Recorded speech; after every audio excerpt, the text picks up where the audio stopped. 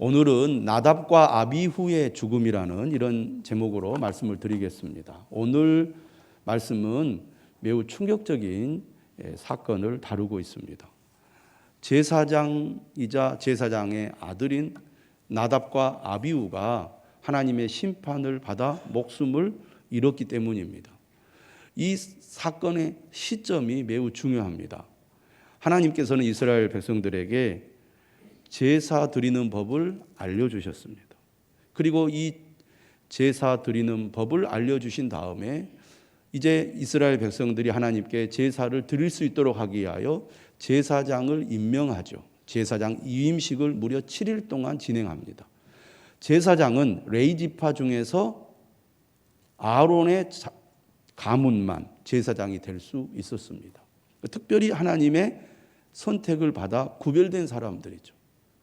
이처럼 제사장 위임식을 7일에 걸쳐 성대하게 그 행사를, 그 의식을 끝내고 드디어 첫 번째 공식적인 제사를 드리는 날, 아론의 첫 번째, 두 번째 아들이 하나님의 심판을 받아 죽임을 당했으니 얼마나 충격적인 일입니까? 하나님께서는 애굽에서 이스라엘 백성들을 구원하기 위하여 10가지 재앙을 내리는데 하나님을 대적하는 바로와 애굽을 심판하기 위하여 10번째 재앙을 내릴 때 장자를 죽이는 심판을 내리셨습니다. 그렇게 해서 이스라엘 백성들을 하나님께서 구원하시죠. 그런데 오늘은 하나님의 제사장인 아론의 첫째, 둘째 아들을 심판하여 죽이는 어마어마한 일을 행하십니다. 너무나 충격적인 일이죠. 이 일이 왜 일어났는가? 왜 나답과 아비후가 이 영광스러운 순간에 목숨을 잃었는가? 우리가 말씀을 통해서 확인할 수가 있습니다. 1절의 말씀을 보면 이렇게 얘기합니다. 아론의 아들 나답과 아비후가 각기 향로를 가져다가 여호와께서 명령하시지 아니하신 다른 불을 담아 여호와 앞에 분향하였더니 불이 여호와 앞에서 나와 그들을 삼키매 그들이 여호와 앞에서 죽은지라. 하나님이 명령하지 않은 다른 불을 담아서 분향했기 때문에 하나님이 심판하신 겁니다. 자, 지금 나답과 아비후는 다른 일을 한 것이 아닙니다. 분향을 해야 되는데 분향을 안 하고 딴 일을 했다거나 다른 데를 갔다거나 그 일을 깜빡하고 잠을 잤다거나 그게 아닙니다. 그가 해야 할 일, 그에게 맡겨진 일을 한 거예요. 한마디로 말하면 하나님의 일을 한 것입니다. 그런데 문제는 하나님께서 명령하지 않는 다른 불을 사용했기 때문에 하나님이 진노하신 거거든요. 그러니 얼마나 충격적인 일입니까? 이것이 정말 하나님의 심판을 받아 목숨을 잃을 만한 악한 일인가? 하나님이 꼭 그렇게 하셔야만 했을까라는 의문이 드는 사건이라고 하겠습니다. 그런데 하나님께서는 오늘 어떤 말씀을 하시느냐면 하나님께서 명령하지 않는 다른 불을 담아서 하나님 앞에 분향한 일은 곧 하나님의 거룩함을 훼손하는 일을 한 것이라고 말씀을 합니다. 그 내용이 3절에 나와요. 하나님께서 이렇게 말씀하셨어요. 나는 나를 가까이 하는 자 중에서 내 거룩함을 나타내겠고 온 백성 앞에서 내 영광을 나타내리라. 다시 말하면 나답과 아비후의 행동은 하나님의 거룩함을 훼손했기 때문에 그는 하나님의 진노의 심판을 받아 마땅한 자들이다.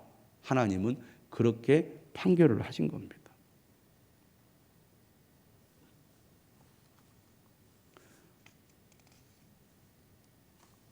당혹스럽죠. 매우 당혹스러운 사건입니다. 아, 그런 일이 있었구나. 우리가 그냥 가볍게 넘어갈 수도 있지만 이 사건은 두고두고 이스라엘 백성들에게 매우 충격적인 경험으로 사건으로 그들에게 각인이 됩니다. 그래서 나답과 아비후 이야기는 이후로도 자주 거론되는 이름들이에요. 우리는 오늘 이 말씀을 통하여 하나님의 거룩함을 훼손하는 일이 얼마나 하나님께 큰 죄가 되는지를 말씀을 통해서 분명히 알아야 되겠습니다. 우리는 레위기를 통하여 하나님의 성품을 엿볼 수가 있는데 우리가 레위기 전반부를 쭉 보면서 하나님은 어떤 분이신가? 한마디로 하나님은 자비로우신 하나님, 은혜로우신 하나님이십니다. 하나님께서 이스라엘 백성들과 만나시려고 회막을 짓게 하셨습니다. 그리고 그들이 하나님께 다가와 하나님께 예배하고 하나님과 교제할 수 있는 은혜를 베풀어 주십니다. 그것이 제사죠. 또 하나님의 백성들이 연약하기 때문에 하나님께 죄를 짓고 넘어질 수 있다는 것을 아셔서 하나님은 속죄 제사를 통하여 그들이 죄를 속죄하고 정결한 상태에서 하나님 앞에 나아가 예배할 수 있도록, 그리하여 하나님과 교제할 수 있도록 하나님께서 기회를 제공해 주시지 않습니까?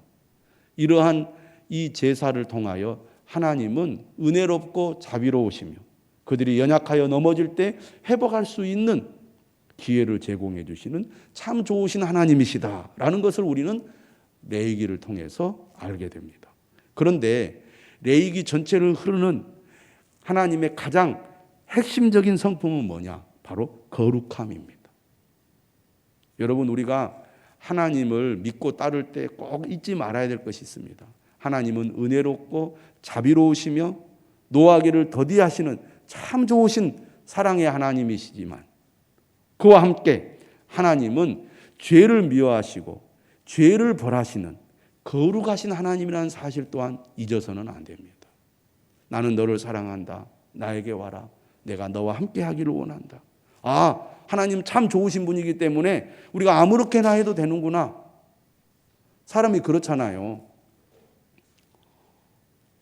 상대가 호의를 베풀고 나에게 따뜻하고 친절하게 대하면 우리가 함부로 하는 잘못을 할 때가 있습니다. 하나님을 대할 때 결코 그래서는 안 된다는 거죠. 우리가 하나님을 경외해야 된다. 하나님을 경외해야 된다는 말씀을 우리는 성경을 통해서 듣습니다. 경외한다는 그 개념의 가장 기본적인 것이 뭡니까? 두려워하는 마음입니다. 좋으신 하나님, 사랑의 하나님, 우리에게 은혜를 베푸신 하나님, 너무 감사하고 너무 감격스럽고 기쁨으로 하나님 앞에 나아가지만 그러나 하나님은 거룩하신 하나님이기 때문에 우리 자신을 돌아보고 경건한 마음으로 또 두려운 마음으로 하나님 앞에 나아가야 한다는 것, 우리는 성경을 통해서 분명히 알아야 합니다. 오늘 이 나답과 아비후의 사건은 바로 하나님은 거룩하신 하나님이라는 것. 그래서 결코 하나님의 거룩함을 훼손하는 일을 해서는 안 된다는 것을 오늘 우리는 말씀을 통해서 분명히 배워야 할 것입니다. 하나님께 나오는 자들이 하나님께 마땅히 드려야 할 거룩함과 영광으로 나오지 않으면 하나님 어떻게 하십니까? 하나님 스스로 거룩하심과 영광을 드러내시는데 그것이 바로 나답과 아비후를 향한 심판이셨다는 것입니다. 오늘 우리는 말씀을 통해서 무엇을 배울 수가 있습니다? 배울 수 있습니까? 첫째, 하나님과 가까운 사람일수록 자신의 책임을 완수하기 위해서 더 주의해야 한다는 것입니다. 주의해야 된다. 오늘 말씀 본문을 다시 한번 보시겠습니다. 1절, 2절에 어떤 표현이 반복해서 나오냐면 여호와 앞에라는 표현이 반복해서 나옵니다. 여호와 앞에. 1절에도 여호와 앞에 분향하였더니 불이 여호와 앞에서 나와 그들이 여호와 앞에서 죽은지라. 그러니까 제사장은 누구보다도 거룩하신 하나님 가까이에서 하나님을 섬기는 사람들입니다. 그러니까 거룩하신 하나님 앞에 나아가는 사람은 거룩하신 하나님 앞에 더욱 주의하여 세심하게 그 직분을 감당해야 한다는 것입니다. 성경은 하나님과 가까운 사람일수록 그분의 거룩과 영광에 더 주의하고 큰 특권을 부여받은 사람일수록 자신의 책임을 완수하기에 더 주의해야 한다고 가르치고 있습니다. 제사장들도 깨달았듯이 하나님과 가까우면 많은 유익이 있지만 동시에 위험하기도 하다는 거죠. 여러분, 예수님께서 누가복음 12장 48절에서 이렇게 말씀하셨습니다. 무릇 많이 받은 자에게는 많이 요구할 것이요. 따라서 합시다. 많이 맡은 자에게는 많이 달라 할 것이니라. 여러분, 사람들은 다른 사람보다 더 많은 역할을 맡고 더 많은 책임을 갖기를 원합니다. 왜? 그런 역할과 책임을 맡을수록 더 사람들에게 드러나고 돋보이기 때문입니다. 많은 사람들이 그를 따르게 되잖아요. 그런데 오늘 말씀은 우리에게 뭐라고 가르치고 있습니까? 책임이 클수록, 역할이 많을수록 훨씬 더 책임감을 가져야 한다는 거죠. 그 책임이 막중하다는 것입니다. 하나님이 그 책임을 묻겠다는 것입니다. 그래서 세심한 주의를 기울여 그 책임을 감당해야 하나님께서 기뻐하신다는 겁니다. 여러분, 제사장이라는 위치는 이스라엘에서 큰 영향력이 있었습니다. 그들이 하나님과 성막의 여러 의식을 대하는 태도는 곧장 이스라엘 백성 전체가 취하는 태도가 될 것입니다. 따라서 이제 막 제사장 임무를 시작하는 나답과 아비후가 안이하게 봉사하거나 무성의하게 순종을 했다면 머지않아 이스라엘 전체가 똑같이 부주의하거나 무례한 태도로 하나님께 다가갈 것입니다. 여러분, 그만큼 영향력이라는 것은 매우 중요합니다. 영향력을 가지고 있다는 것은 그만큼 자부심이기도 하지만 두려움도 우리에게 준다는 것이죠.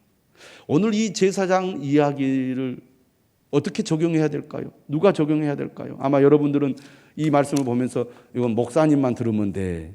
여러분 그렇게 생각할지 모릅니다. 왜? 교회 안에서 목회자의 위치나 역할, 책임은 막중합니다. 하나님이 그만큼 더 큰 책임을 물으실 거라는 것은 틀림없는 사실입니다. 그런데 이 말씀을 단순히 목회자에게만 적용할 수 있는 말씀으로 여러분들이 받아들이면 안 되겠죠. 왜냐하면 그러면 나하고는 상관없는 얘기니까. 이 말씀 목사님이 잘 듣고 목사님이 똑바로 해야 돼. 여러분들 그렇게 지적만 하고 있을 거 아닙니까? 그런데 우리가 이 말씀을 어떻게 적용해 볼 수 있겠습니까? 책임이 있고 영향력이 있는 사람이라면 이 사건을 그 사람들 모두가 들어야 할 말씀으로 이해해야 된다는 것입니다. 어떤 사람이 영향력이 있습니까? 교회 안에서는 당연히 목회자가 그만한 영향력과 책임이 있겠죠.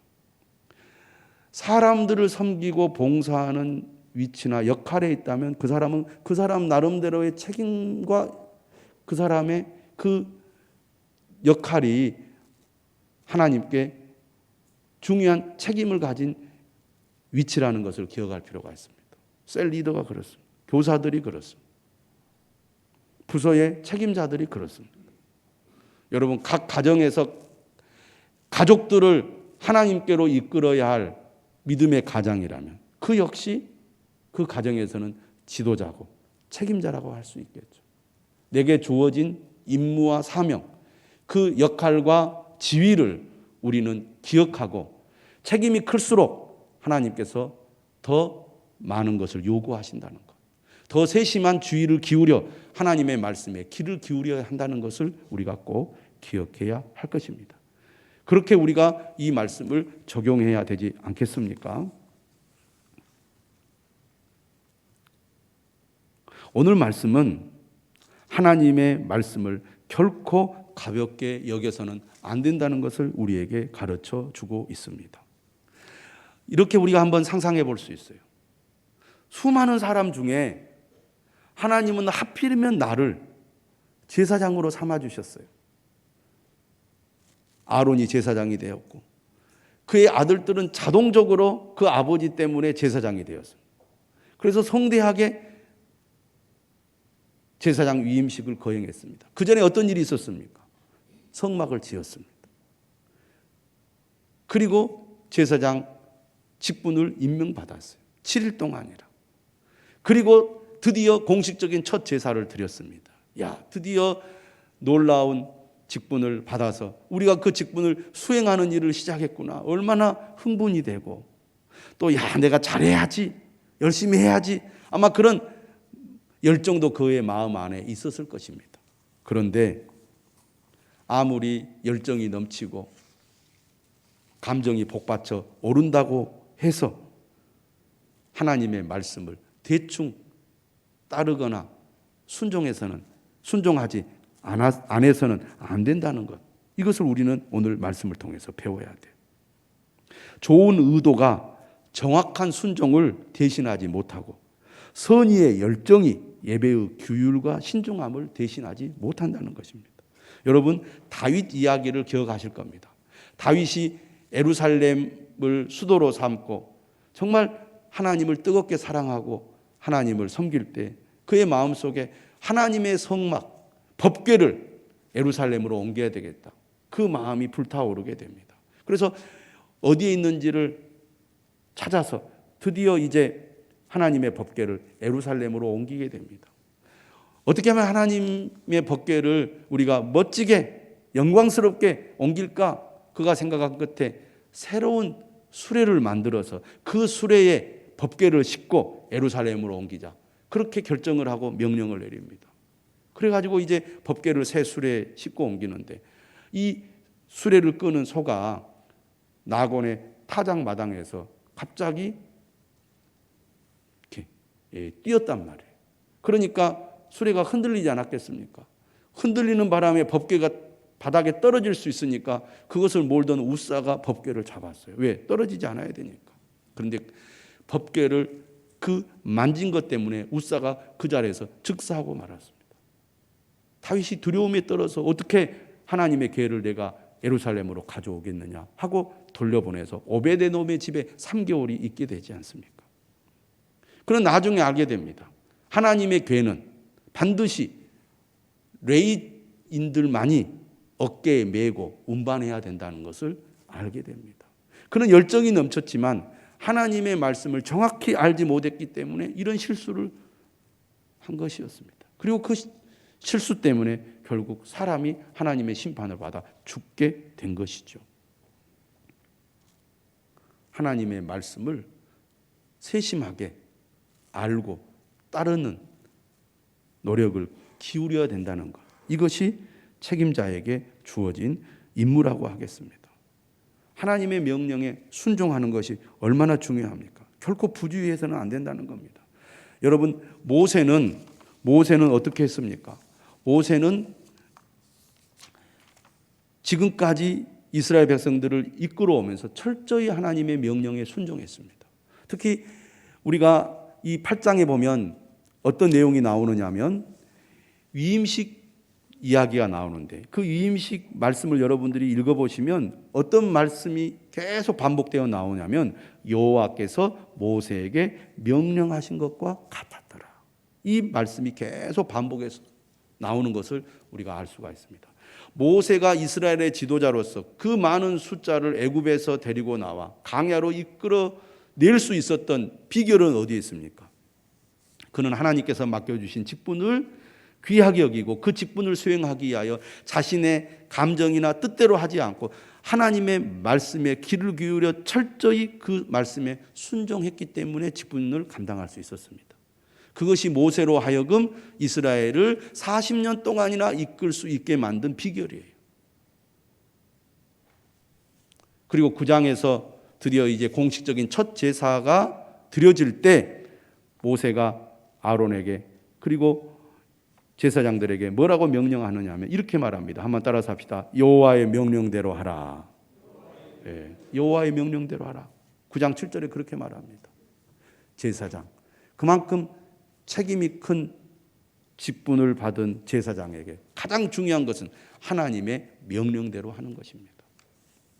그런데 오늘 나답과 아비후가 부주의함 때문인지 아니면 하나님의 말씀을 우습게 여겼는지 잘 모르지만 하나님께서 명령하지 아니하신 다른 불을 담아 분향을 했기 때문에 하나님의 영광을, 하나님의 거룩함을 훼손했고 결국 하나님의 심판을 받아 목숨을 잃게 된 것입니다.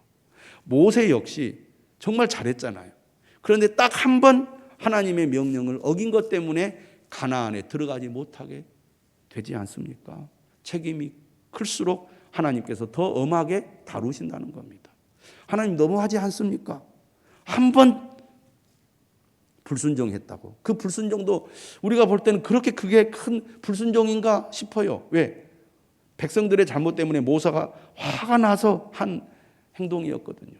그런데 그는 이스라엘 전체의 지도자였기 때문에 그만큼 더 큰 책임을 하나님이 물으셨다는 것입니다. 여러분, 책임이 클수록 하나님의 말씀에 더 철저히 순종해야 한다는 사실을 오늘 우리는 말씀을 통해 분명히 배워야 할 것입니다. 그러기 위해서는 우리가 하나님 말씀에 더 세심하게 귀를 기울여야 돼요. 더 세심하게. 감정에 따라서, 기분에 따라서 그냥 내가 하고 싶은 대로 그렇게 막 해서는 안 된다는 겁니다. 나 혼자라면 몰라요. 그런데 내가 책임을 맡은 역할을 가지고 있다면 더 세심한 책임자가 되어야 한다는 것입니다. 영적 리더들은 하나님을 섬기는 모든 행동 가운데 거룩해야 할 것입니다. 그들이 하나님께 더 가까이 나아갈수록 그들은 거룩함에 더 주의를 기울여야 한다는 것입니다. 두 번째로 오늘 우리가 말씀을 통해서 배울 수 있는 것은 하나님께서 주신 직분은 거룩하기 때문에 소중하게 여겨야 한다는 겁니다. 하나님께서 맡겨주신 직분을 소중하게 여기기 위해서는 어떤 태도를 가져야 되느냐? 하나님께서 주신 직분에 우선순위를 두어야 합니다. 왜 우선순위를 둬야 합니까? 그래야 소중히 여길 수 있기 때문입니다. 우선순위를 하나님이 주신 직분에 두지 않으면 그만큼 소홀히 여길 가능성이 많습니다. 책임이 클수록, 역할이 많을수록 하나님께서 주신 직분을 거룩하게 여기고 소중히 여겨야 될 줄로 믿습니다. 오늘 우리는 말씀을 통해서 그 사실을 분명히 알 수가 있는데 하나님 어떻게 보면 상당히 냉정하신 것처럼 여겨져요. 오늘 3절에서 온 백성 앞에서 내 영광을 나타내리라 말씀하신 다음에 모세를 통해서 하나님께서 무슨 말씀을 하시느냐면 아론과 그의 남은 아들들이 그 죽은 나답과 아비후의 시신을 접촉하지 못하도록 명령을 하십니다. 4절에 이렇게 얘기하죠. 모세가 아론의 삼촌 우시엘의 아들 미사엘과 엘사반을 불러 그들에게 이르되 나와 너희 형제들을 성소 앞에서 진영 밖으로 메고 나가라. 이 미사엘과 엘사반은 아론의 아들이 아닙니다. 아론의 삼촌 우시엘의 아들이죠. 그래서 시신을 성소 밖으로 메고 나가죠. 그러면서 하나님 모세가 뭐라고 얘기를 합니까? 6절에 남은 아들 엘르아살과 이다말 그리고 아론에게 이렇게 얘기해요. 너희는 머리를 풀거나 옷을 찢지 말라. 무슨 얘기입니까? 애도하지 말라는 겁니다. 지금 자식이 죽고 형제가 죽었어요.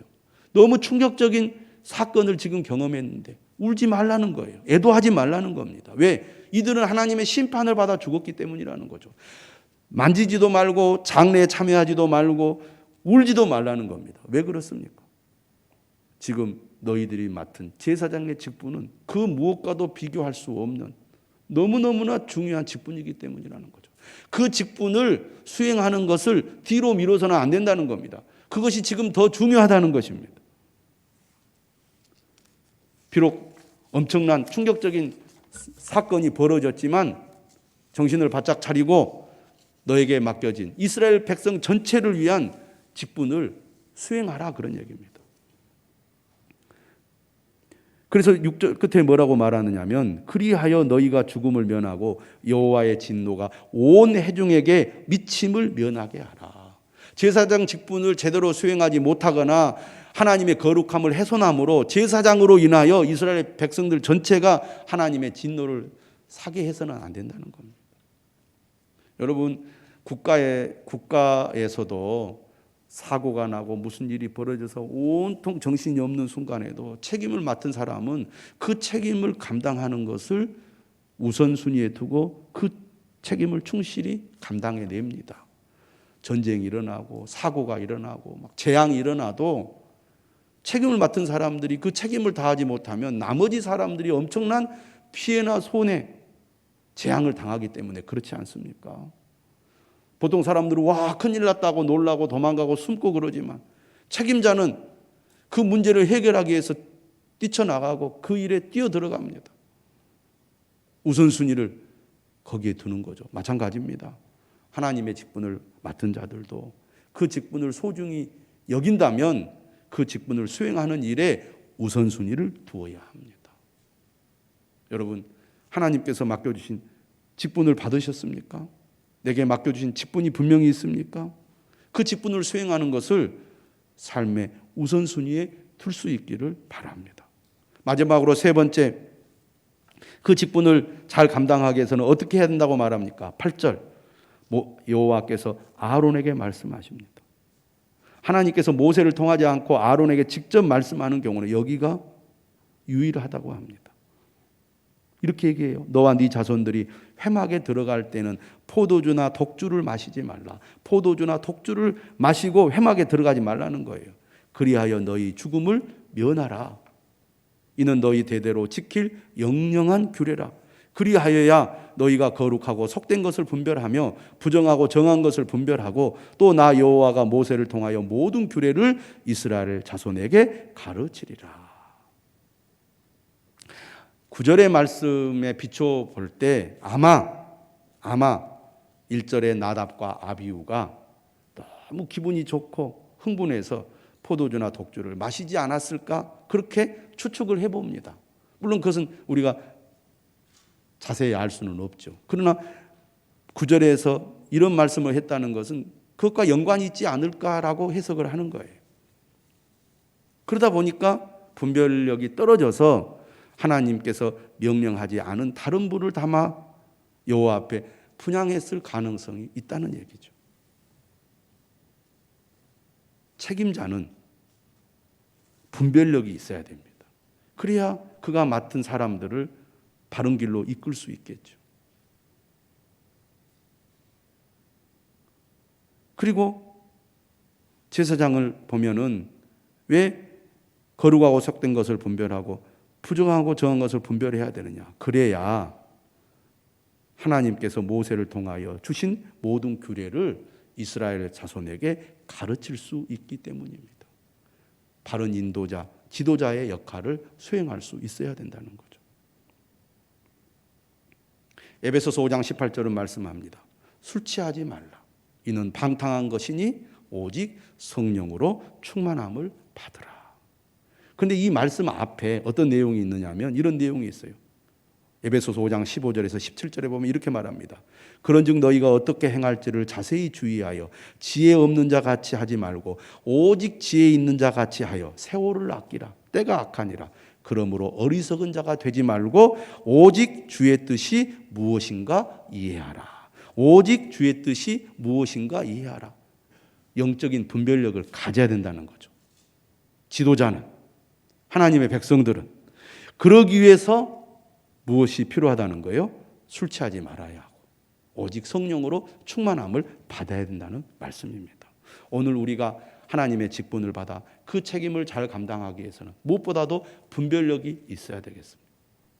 그래서 내게 맡겨진 임무와 또 사람들을 하나님의 뜻대로 인도할 수 있어야 되겠습니다. 그러기 위해서 무엇보다 우리에게 무엇이 필요합니까? 성령의 충만함입니다. 저는 하나님의 부르심을 받아 하나님께서 우리에게 직분을 맡겨주셨다는 것을 기억하고 오늘 말씀을 따라 세심하게 하나님의 말씀에 귀를 기울이며 우리에게 맡겨주신 직분에 우선순위를 두고 더 나아가 영적인 분별력을 가지고 하나님을 잘 섬기는 우리 모든 성도들이 될 수 있기를 주님의 이름으로 축원합니다.